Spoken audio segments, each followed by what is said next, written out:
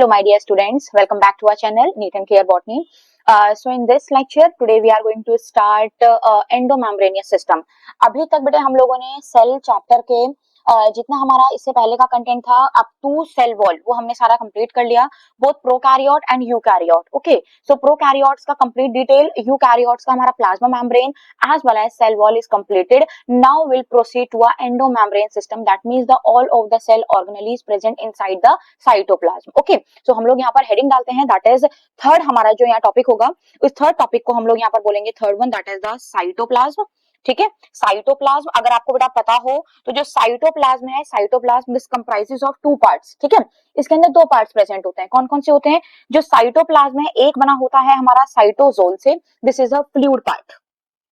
ठीक है, और इसी साइटोप्लाज्म के अंदर कुछ ऑर्गेनेलीज प्रेजेंट होते हैं. ठीक है, तो ये दोनों के दोनों अगर हम लोग साइटोजोल एंड ऑर्गेनेलीज दोनों हम लोग मिला दें तो हमारा एक फ्लूइड सब्सटेंस बनता है, that is known as cytoplasm. Okay, so यहाँ पर आपके बेटा एनसीईआरटी की एक लाइन है, that is the endomembranous system. Now सबसे पहले मैं आपको ये बताऊंगी कि एंडोमेम्ब्रेनियस सिस्टम होता क्या है. ओके, तो हम लोग यहाँ पर हेडिंग डालते हैं, that is the endomembranous system.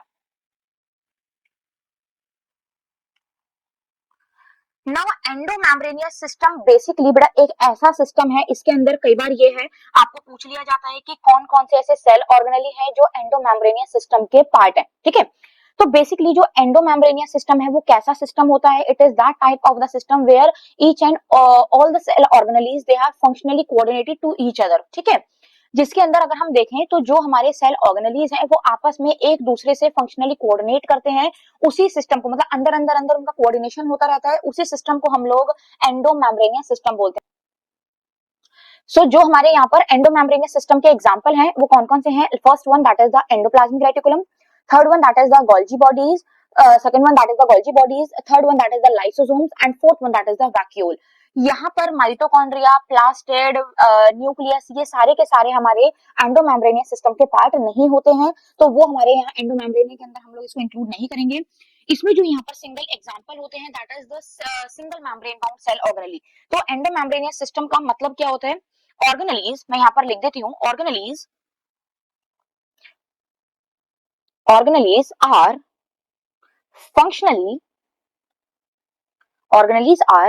Functionally coordinated. They are functionally coordinated. इस सिस्टम को हम लोग बोलते हैं यहाँ पर endomembranous system. And example of endomembranous system that is very first endoplasmic reticulum for ER. ठीक है, Golgi bodies second one, next one is lysosomes and fourth one that is the vacuoles. तो यहाँ पर ये हमारे 4 एग्जांपल हैं जो एंडोमेम्ब्रेनियस system के यहाँ पर एग्जांपल हैं. ओके, जो यहाँ पर they all are functionally coordinated. ये बड़ा आपको यहाँ पर एनसीईआरटी की लाइन लिखी हुई है, इसमें कई बार क्वेश्चन आ जाता है एग्जांपल कि कौन कौन से ऐसे सेल ऑर्गेनेलीज हैं जिनको हम लोग फंक्शनली कोऑर्डिनेटेड या फिर एंडोमेम्ब्रेनियस सिस्टम बोलते हैं. ओके ना, नाउ सबसे पहले हम लोग यहाँ पर स्टार्ट करेंगे very first that is the endoplasmic reticulum. तो यहाँ पर हम लोग सेल ऑर्गेनेलीज में स्टार्ट करते हैं. सेल ऑर्गेनेलीज में सिंगल मेम्ब्रेन बाउंड. ठीक है, और इसी सिंगल मेम्ब्रेन बाउंड के अंदर हम लोग यहाँ सबसे पहले पढ़ेंगे very first that is known as endoplasmic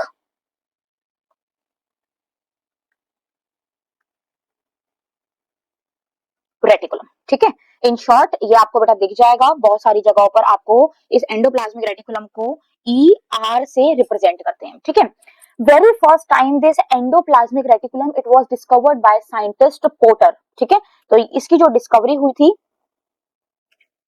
discovered by scientist porter. ठीक है, तो ये साइंटिस्ट पोर्टर ने डिस्कवर किया था एंडोप्लाज्मिक रेटिकुलम.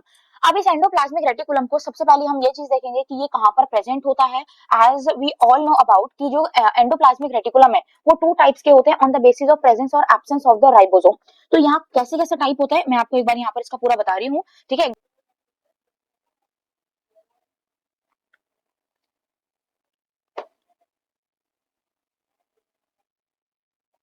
लेट सपोज ये जो सर्कल मैंने बनाया है, ये सर्कल यहाँ रिप्रेजेंट कर रहा है न्यूक्लियस.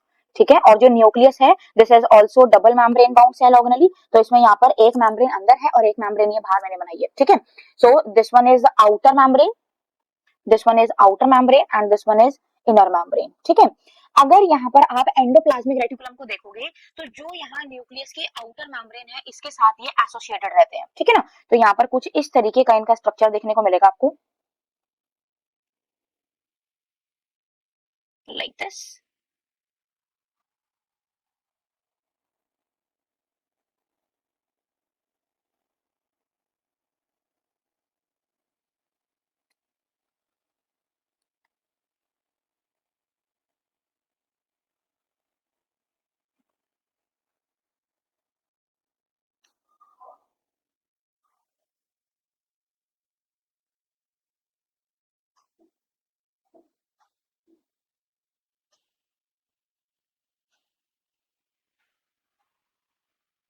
ओके, सो कुछ इस तरह का यहाँ पर हमारा स्ट्रक्चर होता है एंडोप्लाज्मिक रेटिकुलम का। ये एंडोप्लाज्मिक रेटिकुलम प्रेजेंट है outer membrane of the nucleus के पास, ठीक है।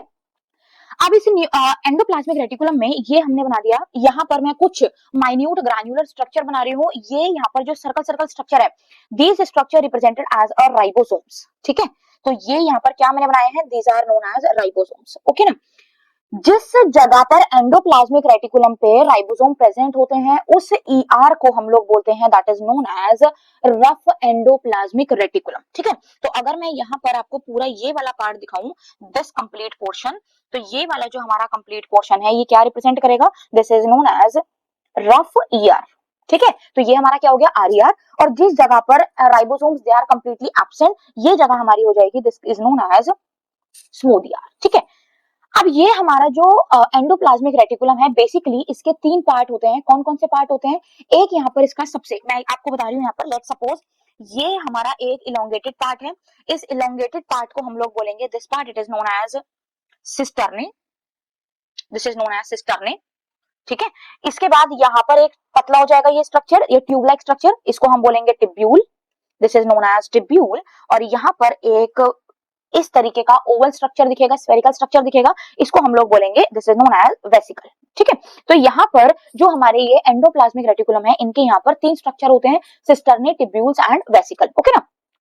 ये जो सिस्टर्ने हैं ये आपस में कनेक्टेड भी रहते हैं और इंटरकनेक्टेड भी रहते हैं। कनेक्शन कहीं पर नहीं भी होता है, वो कौन कौन से केसेस होते हैं मैं आपको बताऊंगी। जैसे फंजाई है, उसके अंदर एक सिंगल सिस्टर्ने प्रेजेंट होता है तो उसको हम लोग यूनिसिस्टर्नल बोलते हैं, ठीक है ना। तो यहाँ पर ये हमारी इसमें तीन पार्ट्स हैं जो यहाँ पर एसोसिएटेड होते हैं एंडोप्लाज्मिक रेटिकुलम से। अब इसमें होता क्या है, ये जो यहाँ पर रफ एंडोप्लाज्मिक रेटिकुलम है, ठीक है, ये रफ एंडोप्लाज्मिक रेटिकुलम, इसका काम क्या होता है, रफ एंडोप्लाज्मिक रेटिकुलम, क्योंकि यहाँ पर राइबोसोम्स प्रेजेंट है, जहां जहां पर राइबोसोम होंगे वहां वहां पर प्रोटीन की सिंथेसिस होगी। तो ये जो रफ एंडोप्लाज्मिक रेटिकुलम है, ये क्या करते हैं, ये रफ एंडोप्लाज्मिक रेटिकुलम इस सिस्टर्न से होते हुए यहाँ पर प्रोटीन का फॉर्मेशन करते हैं, ठीक है। तो यहाँ पर क्या हो गया, एक वेसिकल के अंदर पैक्ड प्रोटीन यहाँ पर प्रेजेंट होंगे। ये पैक्ड प्रोटीन किसने बनाए हैं, these packed protein they are formed itself with the help of the rough endoplasmic reticulum, ठीक है। अब ये रफ एंडोप्लाज्मिक रेटिकुलम ने क्या करा, प्रोटीन्स का फॉर्मेशन कर दिया। लेकिन अभी इन प्रोटीन को आगे जाकर के फंक्शनैलिटी गेन करवानी है, इनको मॉडिफिकेशन शो करवाना है। तो जो हमारा यहाँ एंडोप्लाज्मिक रेटिकुलम है, इनका मेन काम होता है, rough endoplasmic reticulum basically they helps in the synthesis of the protein. और ये जो हमारे यहाँ स्मूथ एंडोप्लाज्मिक रेटिकुलम है, ये कुछ लिपिड्स का फॉर्मेशन करता है, स्टेरॉइड्स का फॉर्मेशन करता है, स्टेरॉइड हार्मोन्स का फॉर्मेशन करते हैं। तो इनका काम अलग होता है। तो ये दोनों rough endoplasmic reticulum as well as smooth endoplasmic reticulum दोनों डिफरेंट डिफरेंट वर्क परफॉर्म करते हैं।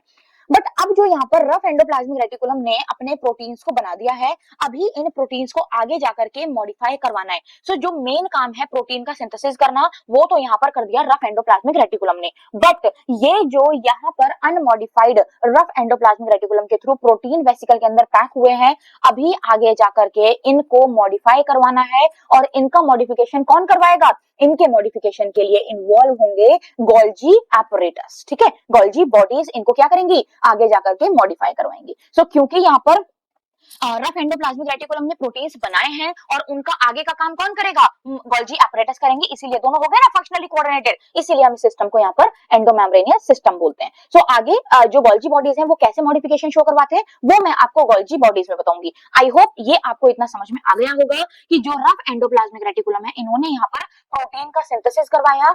ये प्रोटीन अभी मॉडिफाइड प्रोटीन्स नहीं है, इनको आगे मॉडिफिकेशन करवाएंगे गोल्जी बॉडीज। और जब ये गोल्जी बॉडी इनको मॉडिफाई करवा देंगे तो आगे जाकर के ये जो भी टारगेट साइट होगी उसके पास चले जाएंगे और जहां पर भी प्रोटीन की रिक्वायरमेंट होगी वहां पर ये प्रोटीन की रिक्वायरमेंट को फुलफिल कर देते हैं, ठीक है। तो हम लोग इसका आगे एक बार लिख लेते हैं कि जो इसका कंटेंट है वो बेसिकली कंटेंट हमारा क्या क्या होता है, ठीक है ना। सो ये आपको समझ में आ गया that cisternae tubules and vesicles, यहाँ पर इसके तीन कंपोनेंट प्रेजेंट है, three kinds of the structure they are present. तो इसको हम लोग एक बार डिटेल में लिख देते हैं। This is made up of three kind of structure, this is made up of three kind of structure. कौन कौन से स्ट्रक्चर है यहाँ पर, मैं एक बार कंपैरेटिव स्टडी करवा देती हूँ यहाँ पे, ठीक है। कौन कौन से स्ट्रक्चर है भाई, सबसे पहला हमारे यहाँ पर है that is the cisternae, next one is tubule and last one is vesicle, ठीक है। तो एक हम यहाँ पर लिखते हैं this is known as cisternae, this is known as cisternae. Cisternae के बाद में हम यहाँ पर लिखेंगे भाई ट्यूब्यूल्स एंड लास्ट हम लोग यहाँ पर लिखेंगे that is the vesicles.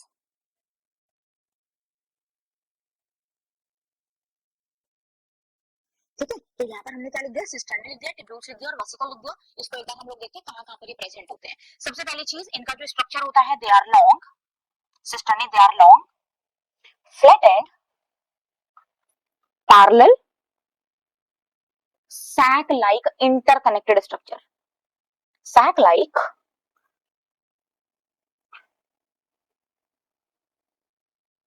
Interconnected structure, ठीक है। सो ये हमारा यहाँ पर दीज आर सिस्टर्नेस। ट्यूब्यूल्स कैसे होते हैं, दे आर ब्रांच्ड और दे मे बी अनब्रांच्ड, ठीक है। So they may be branched और अनब्रांच्ड, ठीक है। और जो वेसिकल्स होते हैं दे आर यूजुअली ओवल और स्फेरिकल इन शेप, ठीक है। सो दे आर ओवल और स्फेरिकल इन शेप, ओके ना। Next point,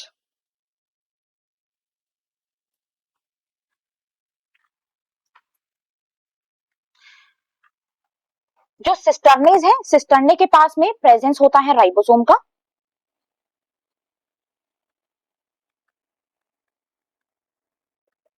presence of ribosome, और इसमें राइबोसोम की कौन सी यूनिट होती है, that is the large sub unit of the ribosome वो अटैच होती है, ठीक है ना। So it is associated with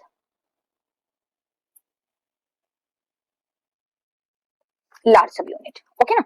it is associated with large sub unit, but आपको पता होगा दो यूनिट होती है, एक होती है स्मॉल सब यूनिट, दूसरी होती है लार्ज सब यूनिट। जो लार्ज सब यूनिट है और स्मॉल सब यूनिट, लार्ज सब यूनिट नीचे प्रेजेंट है और स्मॉल सब यूनिट ऊपर की तरफ प्रेजेंट है। जो लार्ज सब यूनिट होती है वो अटैच होती है सिस्टर्ने से, ठीक है ना। ट्यूब्यूल्स में दे इन्वॉल्व इन बेसिकली, यहाँ पर जो राइबोसोम्स हैं they are free in ribosomes,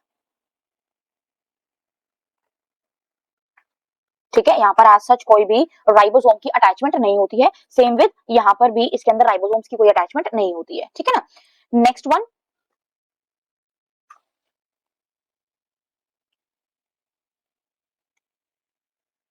यहाँ पर एक बार हम इसके फंक्शन लिख लेते हैं। फंक्शन क्या क्या है, ये जो हमारा सिस्टम में है, this system it is actively involve in the protein synthesis, this is actively involve in protein synthesis. जो हमारा ट्यूब्यूल्स है this is involve in the lipid and sterol synthesis,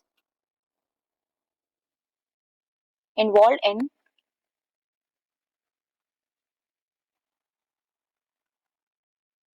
sterol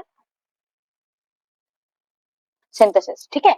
ये जो हमारा यहाँ पर बेसिकली वेसिकल है वो सिंपल हमारा पैकेजिंग के लिए काम आता है, ठीक है। जो प्रोटीन्स बने हैं वो पैकेजिंग के लिए हैं, बट इसमें मैं आपको यहाँ पर लिखवा दे रही हूँ जो यहाँ पर हमारे वेसिकल्स हैं they are abundant in a pancreatic cell, okay ना। सो ये कहाँ है, they are abundant in pancreatic cell, ठीक है।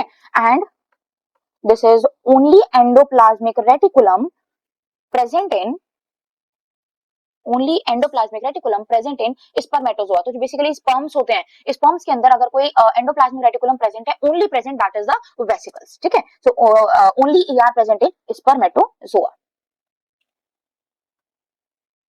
ओनली प्रेजेंट इन स्पर्मेटोजोआ, ठीक है। Now on the basis of the presence, और आई थिंक बेटा इतना सबको आपको समझ में आ गया होगा, ये इंपॉर्टेंट है, इनके स्ट्रक्चर्स आपके सब एनसीईआरटी की लाइंस हैं, ये इनको आप लोग देख लेना ठीक से, बहुत इंपॉर्टेंट स्ट्रक्चर वो है ये आपके टॉपिक्स, ओके। नाउ यहाँ पर हम लोग देखते हैं on the basis of the presence और एब्सेंस ऑफ द राइबोसोम, जो एंडोप्लाज्मिक रेटिकुलम है वो कितने टाइप के होते हैं, ठीक है। सो यहाँ पर on the basis of presence और absence of ribosome, ठीक है, जो हमारे यहाँ पर एंडोप्लाज्मिक रेटिकुलम है, these endoplasmic reticulum are of two types. ठीक है भाई, तो यहाँ पर ये हमारे टू टाइप्स के एंडोप्लाज्मिक रेटिकुलम है। कौन कौन से हैं? एक है हमारा यहाँ पर that is the smooth endoplasmic reticulum, दूसरा है हमारा यहाँ पर that is the rough endoplasmic reticulum. तो यहाँ पर हम लोग लिख लेते हैं इसका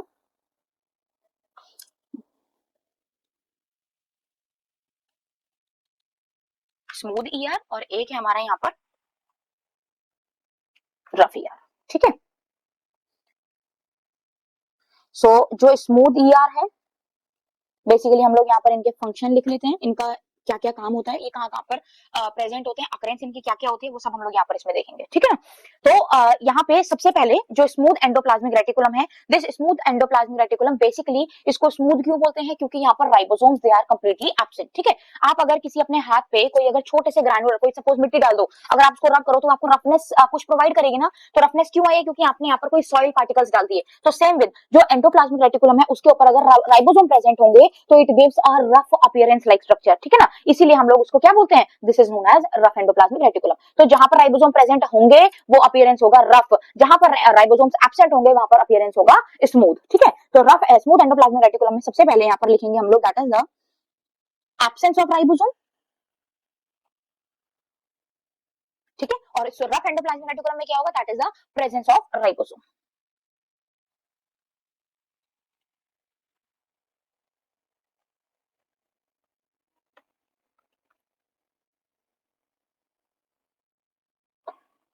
यहाँ पर हम लोग इसकी बेटा देख लेते हैं अकरेंस कहाँ कहाँ पर ये प्रेजेंट है।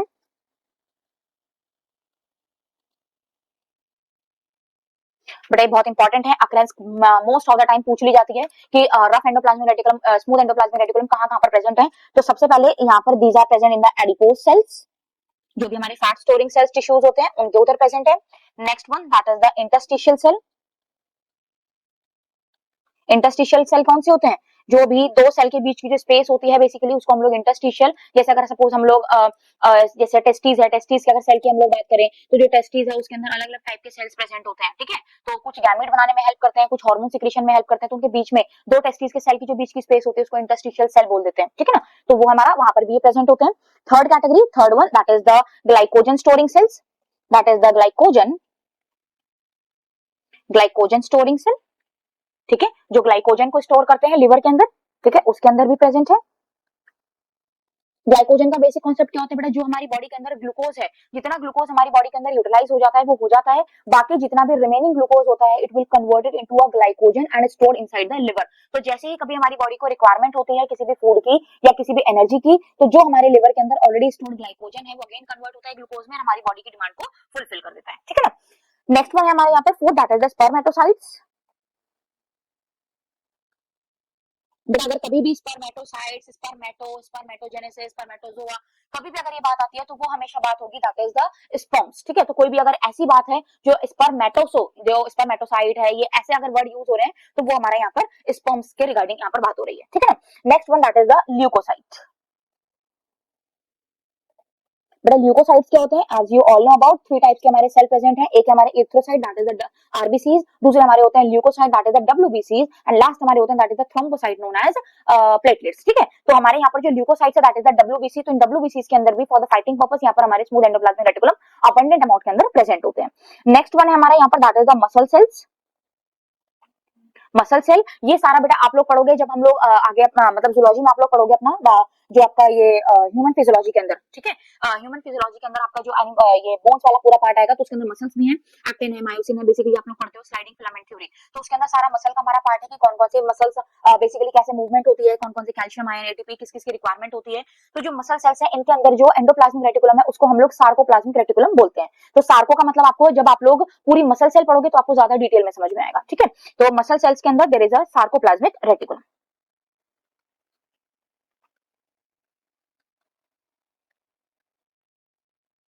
ठीक है भाई, सो ये हमारा यहाँ पर है, these are all the occurrences जो हमारी प्रेजेंट है यहाँ पर स्मूथ एंडोप्लाज्मिक रेटिकुलम में। अब हम लोग यहाँ पर बात कर लेते हैं दैट इज अबाउट द ये हमारा that is the rough endoplasmic reticulum.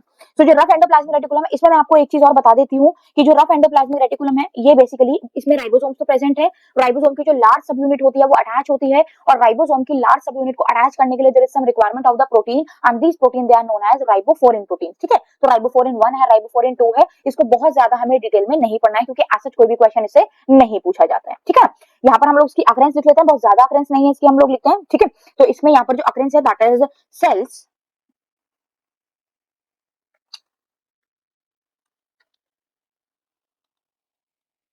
actively involved in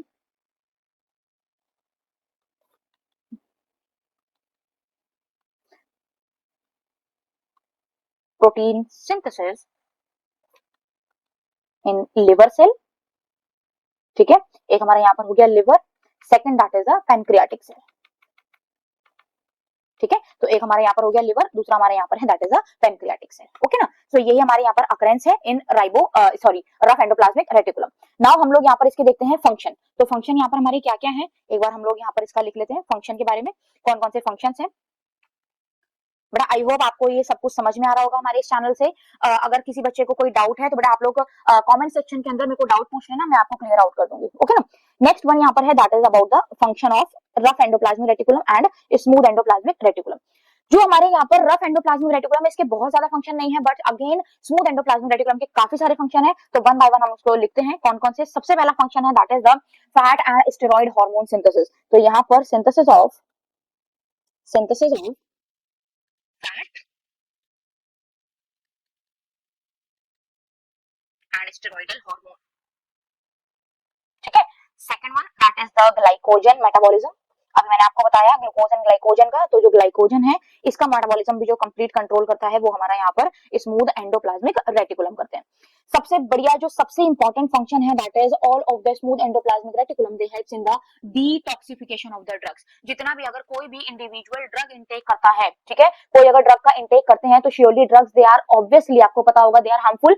तो जो हार्मफुल से हार्मलेस में कन्वर्ट होते हैं वो यहाँ पर हमारे स्मूथ एंडोप्लाज्मिक रेटिकुलम हेल्प करते हैं। तो जो स्मूथ एंडोप्लाज्मिक रेटिकुलम है वो डिटॉक्सिफिकेशन ऑफ ड्रग में हेल्प करते हैं, बट एक लिमिटेड तक, लिमिटेड टाइम पीरियड तक, एक लिमिटेशन है। ऐसा नहीं है कि कोई भी पूरी जिंदगी आराम से कोई ड्रग इंटेक कर रहा है तो उसकी बॉडी के अंदर कोई भी हार्मफुल इफेक्ट आपको देखने को नहीं मिलेंगे, बिकॉज हर एक किसी भी कोई भी अगर कोई भी पार्ट है, कोई भी अगर चीज है हमारी बॉडी की, तो उसकी अपनी एक पर्टिकुलर लिमिटेशन जरूर प्रेजेंट होती है। ठीक है, तो अपनी लिमिटेशन तक श्योरली वो बेस्ट से बेस्ट करते हैं, बट अगर लिमिट से पार चीज होती है तो फिर उसके बाद में बॉडी वर्क करना नहीं चाहती। ठीक है, तो यही है that is the helps in the detoxification of drug, helps in detoxification of drug. ठीक है, तो ये क्या है, डिटॉक्सिफिकेशन ऑफ ड्रग के अंदर हेल्प करते हैं।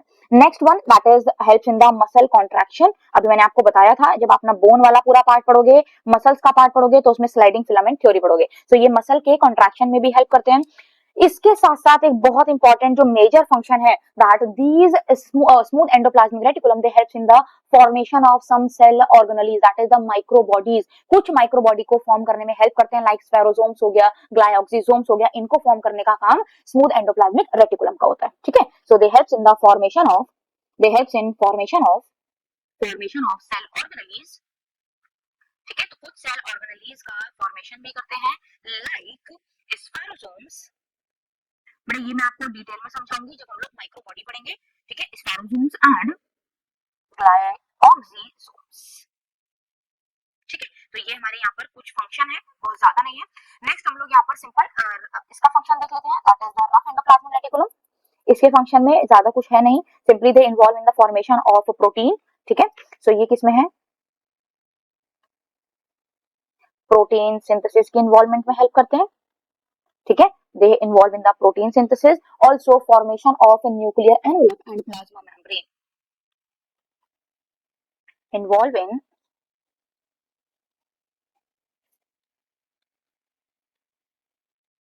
nuclear membrane, sorry nuclear envelope लिख लेना बेटा, nuclear envelope and plasma membrane।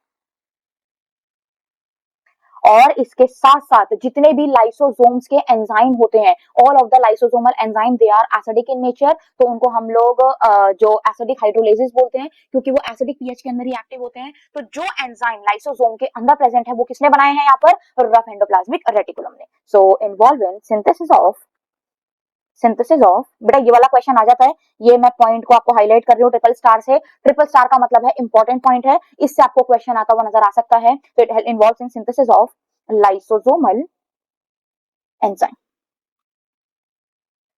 ठीक है, तो जो भी लाइसोसोम के एंजाइम है वो कौन बना रहा है यहाँ पर, that is the rough endoplasmic reticulum. ठीक है, so this is all about endoplasmic reticulum. Now next हम लोग अपना यहाँ पर स्टार्ट करते हैं, that is the Golgi bodies.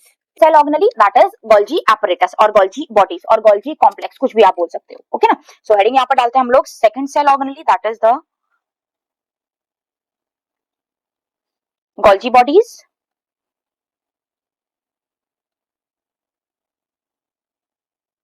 Golgi complex.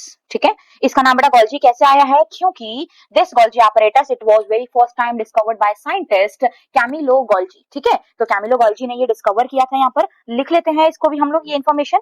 It was discovered bye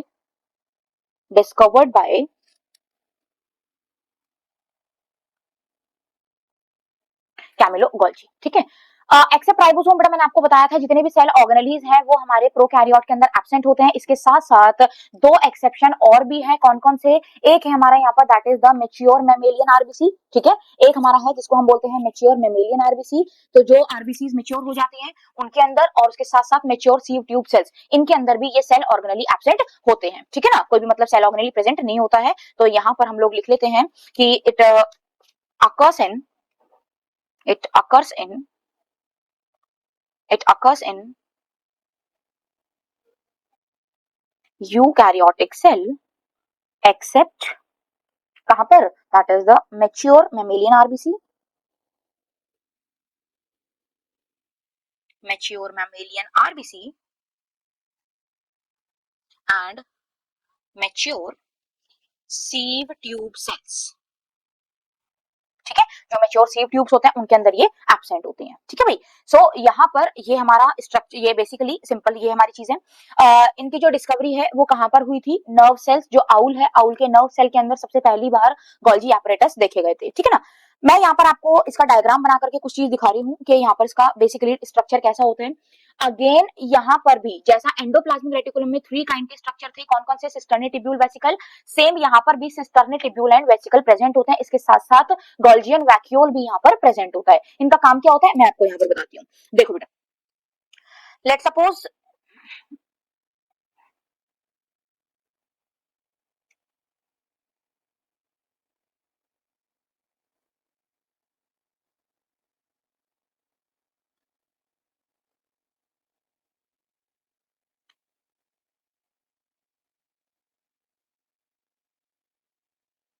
cisternae tubule vesicle. ठीक है, ये मैं यहाँ पर आपको कुछ इस तरीके से बनाकर दिखा रही हूँ। ओके ना, सो यहाँ पर ये कुछ एक डायग्राम है। ये डायग्राम में लेट सपोज मैं यहाँ पर आपको मेंशन कर रही हूँ, एक ये मैं लाइन डाल रही हूँ यहाँ पे,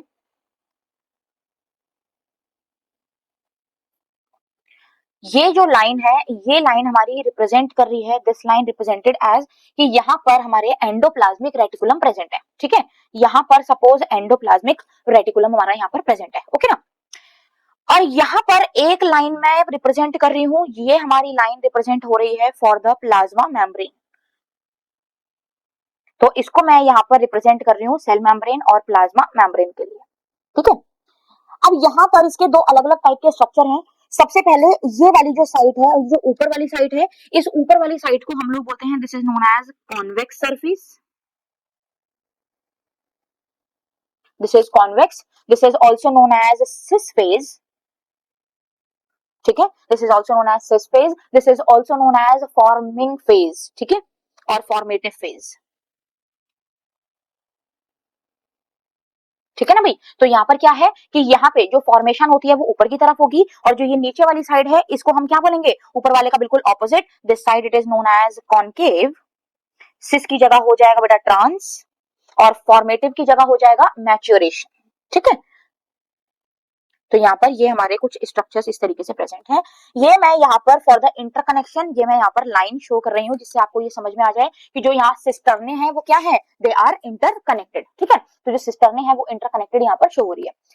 अब मैंने आपको अभी बताया था कि जो हमारे गोल्जी बॉडीज थे, सॉरी एंडोप्लाज्मिक रेटिकुलम, उन्होंने क्या बनाया था भाई, प्रोटीन्स का फॉर्मेशन करा था और वो वेसिकल के अंदर पैक थे। ठीक है, तो कुछ इस तरीके का स्ट्रक्चर था जो यहाँ एंडोप्लाज्मिक रेटिकुलम ने, दीज आर द प्रोटीन्स, किसने बनाया है ये प्रोटीन, ये रफ एंडोप्लाज्मिक रेटिकुलम ने प्रोटीन का फॉर्मेशन किया। ओके ना, अब इस रफ एंडोप्लाज्मिक रेटिकुलम के द्वारा जो प्रोटीन बने हैं उनका मॉडिफिकेशन होगा।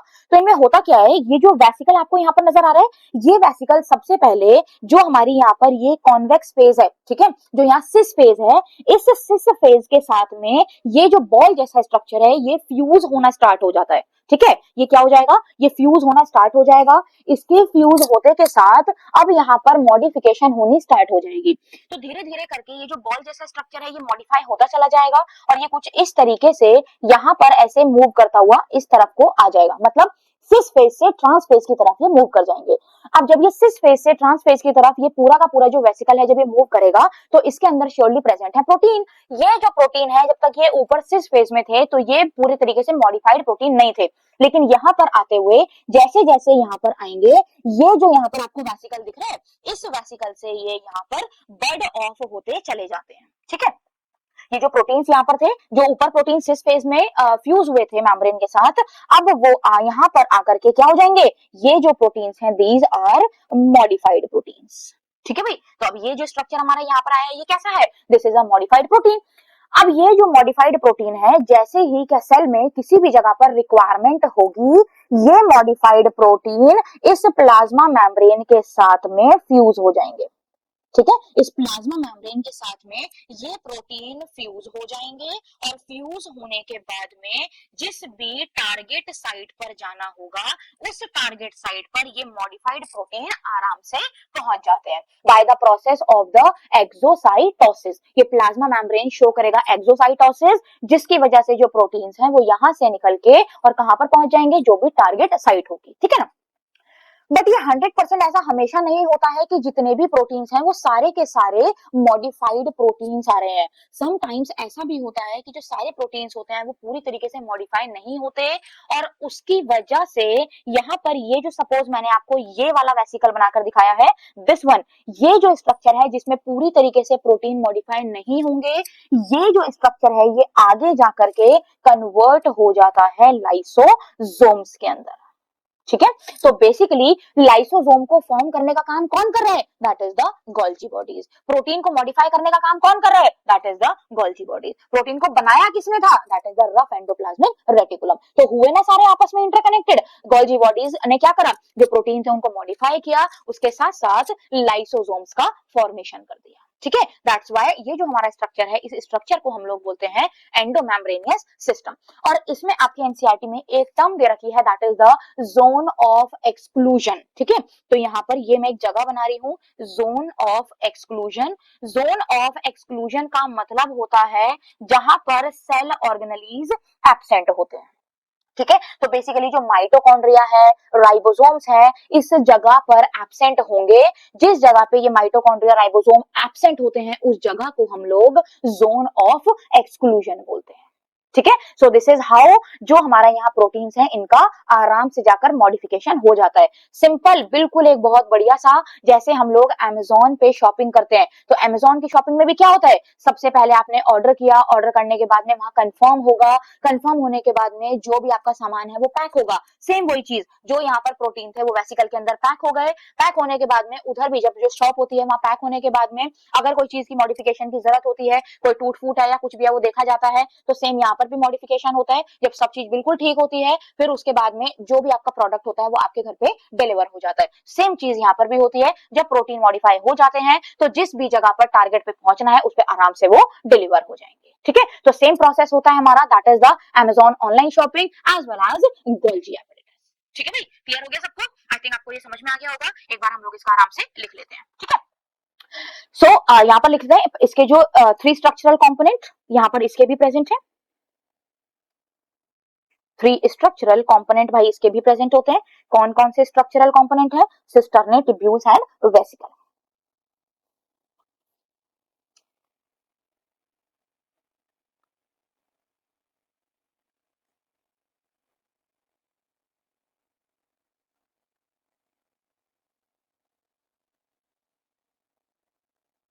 Cisternae, tubules and vesicle. ठीक है, सेम वही सारी चीज। सिस्टर्नी कैसे होते हैं? They are basically flat and sac like parallel structure. ठीक है, पैरेलल स्ट्रक्चर है। इसके भाई दो फेसेस होते हैं, एक है यहाँ पर कॉन्वेक्स और एक है यहाँ पर कॉनकेव। ओके ना, दोनों के दोनों they are entirely different but interconnected. ठीक है, बोथ आर इंटायरली, दोनों बिल्कुल अलग हैं और दोनों एक दूसरे से कनेक्ट रहते हैं। डिफरेंट बट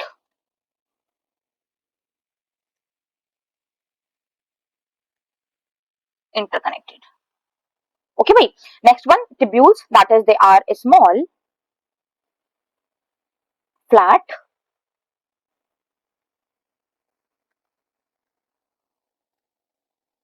interconnected structure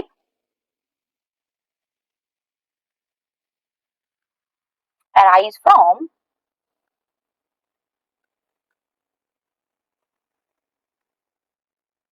जो सिस्टर्ने का बाहर वाला पार्ट होता है दैट इज द पेरिफेरी, ये ट्यूब्यूल्स वहीं से अराइज ही होते हैं। So arise from the periphery of the system. ठीक है ना, और जो हमारे यहाँ पर वेसिकल्स हैं, basically these vesicles they are pinched off. ठीक है, जैसे कोई बाहर से गोला सा बाहर निकल जाए, दब जाए कोई चीज तो एक सर्कल सी बन जाती है, बिल्कुल वैसा ये पिंच्ड ऑफ स्ट्रक्चर है। Pinched off from tubule. ठीक है, ट्यूब्यूल से पिंच्ड ऑफ हुए होते हैं। They are large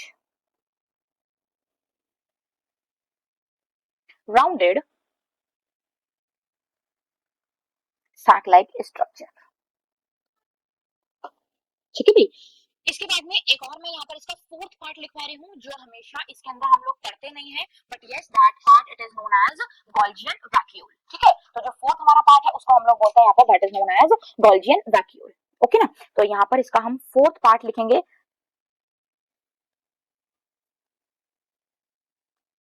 गॉल्जियन vacuole. गॉल्जियन vacuole क्या होता है? It produced at the maturing phase.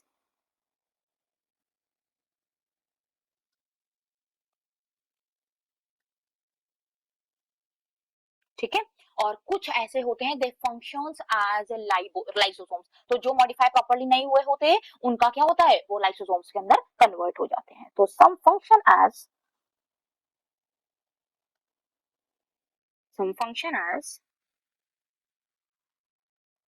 Lysosomes. ठीक है, फंक्शन लिखना पड़ा इसका, इंपॉर्टेंट फंक्शन है बहुत सारे इसके फंक्शंस।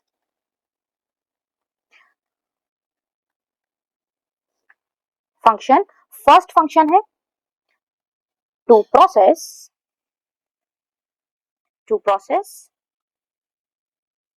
पैकेज transport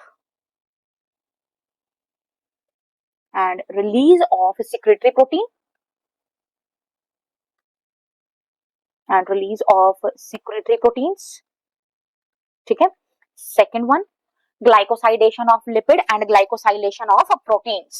ठीक है, सो ग्लाइकोसाइडेशन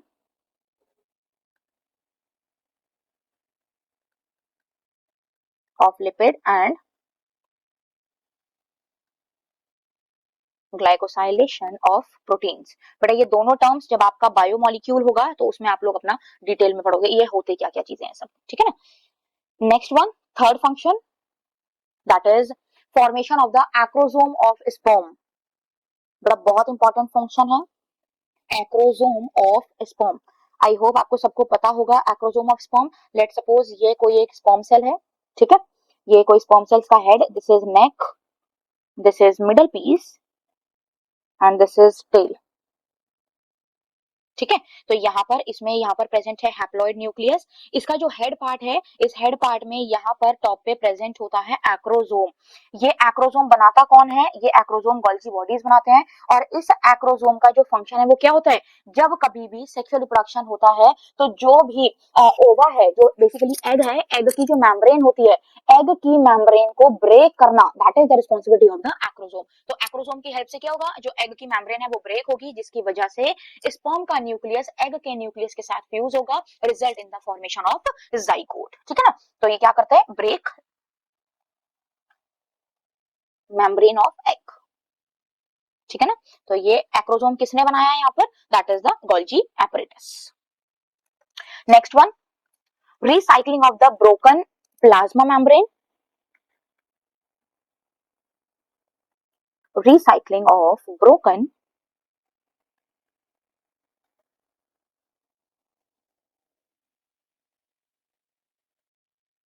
प्लाज्मा मेम्ब्रेन, ठीक है। और इसके साथ साथ जो प्रोटीन्स हैं, proteins of endoplasmic reticulum modify कौन करता है? Golgi bodies. ये तो आपको सिंपल सा बता ही दिया है मैंने। So proteins of endoplasmic reticulum modified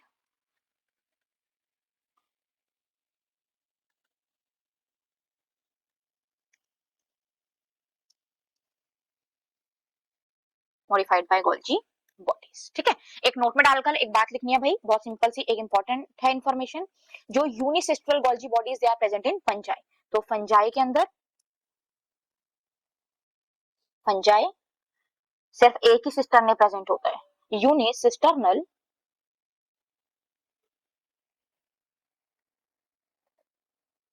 Golgi body present होती है, ठीक है ना। तो यहाँ पर ये हमारा this is all about Golgi bodies. Next हम लोग अपना सेल ऑर्गेनेल स्टार्ट करते हैं, that is the lysosomes. Okay, so third heading हम लोग यहाँ पर डालते हैं, दैट इज द लाइसोसोम।